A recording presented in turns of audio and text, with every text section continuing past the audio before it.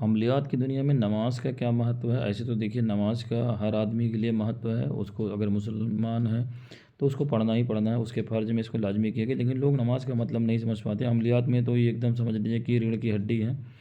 अमलियात में कि अगर आप अमलियात के रास्ते में हैं तो 5 वक्त की नमाज और तहज्जुद की भी नमाज, अगर आप एडवांस स्टेज में जाते हैं यानी सुलूक के सफ़र में जाते हैं, तो तहज्जुद की नमाज का मतलब ये होता है कि एक नींद पूरी करके आपका उठना ज़रूरी है। कंटिन्यू आप जग करके तहज्जुद की नमाज़ नहीं कर सकते, तो उसका बेस्ट तरीका ये होता है कि जिन लोगों को फ़जर की नमाज़ पढ़नी होती है, फिर वो फ़जर से आधा 1 घंटा पहले उठ गए, जैसे 3 बजे 4 बजे उठ गए, 4 बजे भी उठ गए तो चलेगा। तो उनका दोनों जो है एक मेडिकल साइंस के हिसाब से भी प्रयोजन पूरा हो जाता है कि सवेरे उठ गए, टहल लिए, घूम लिए और फ़जर भी आप ये भी तहज्जुद भी आपने पढ़ ली। तो बेस्ट तरीका तहज्जुद जो पढ़ना चाहता है उसके लिए ये है कि सवेरे 4 बजे या टाइम एडजस्ट करके आगे पीछे 4 साढ़े 4 जैसे भी आपका फ़जर का टाइम हो वैसे करें। तो ये बात हो गई।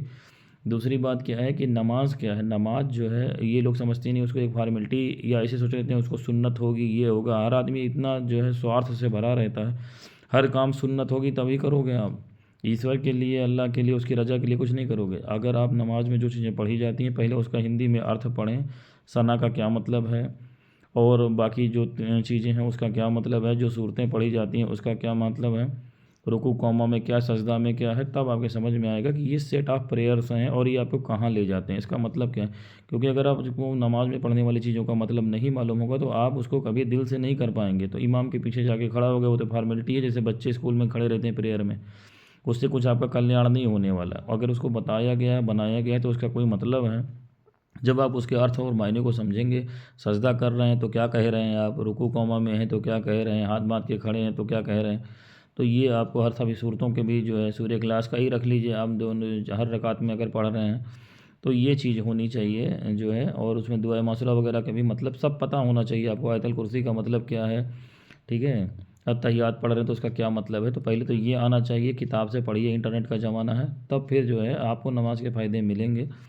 और ये लाजमी है अमलियात में जो लोग हैं अन्य फ़र्ज फ़राइज़ के अलावा। बाकी आम आदमी के लिए भी मस्ट है कि जितना आप पढ़ सकें। और अमलियात में तो स्पेशल नमाज़ें भी पढ़ाई जाती हैं, क़ज़ाए हाजत की जो होती हैं, सलातुल हाजत की नमाज़ या अलग अलग प्रकार की नमाज़ होती हैं। तो जो अमलियात के रास्ते में है उनको ये ज़रूरी है। तो इस चीज़ को जो है मुस्तैदी से हैं कि आपको पूरा इसका तरीक़ेकार पता होना चाहिए। नमाज़ पढ़ने के दौरान आम आदमी को या किसी भी आमिल को अगर कोई दिक्कत हो रही, जैसे उलझन बेचैनी, गुस्सा आना, सजदा करने में परेशानी होना, या ऐसा लगे कि आपको कोई घेरे हुए है, कहीं से कोई रोक रहा है, कोई पढ़ने नहीं दे रहा, कोई रुकावट डाल रहा, आप तुरंत अपने जो गुरु है, आपका मुर्शिद है, उसको तुरंत इसकी सूचना दें। क्योंकि ये पहला लक्षण है कि आपके ऊपर जिन्नाती मामलात हैं, शैतानी क़ुव्वतें हैं जो आपको अमलियात के रास्ते में नहीं बढ़ दे रही। ये कराई हुई भी चीज़ें हो सकती हैं, अपने से आई हुई भी चीज़ सकती हैं, अपने घर की भी हो सकती हैं।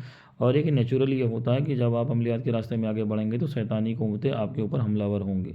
तो इन सब चीज़ों को देखते हुए भी आप जो है इसको अपने गुरु से संपर्क करें कोई भी अमल करने से पहले। और आम आदमियों के लिए तो ये लाजमी है ही। मैं समझता हूँ इतना जानकारी आपके लिए पर्याप्त है। बाकी अगर नहीं कुछ समझ में आता तो एक विस्तृत वीडियो मैंने जो है इस पर नमाज के ऊपर बना रखी है, आप वहाँ से देख सकते हैं। हरि ओम।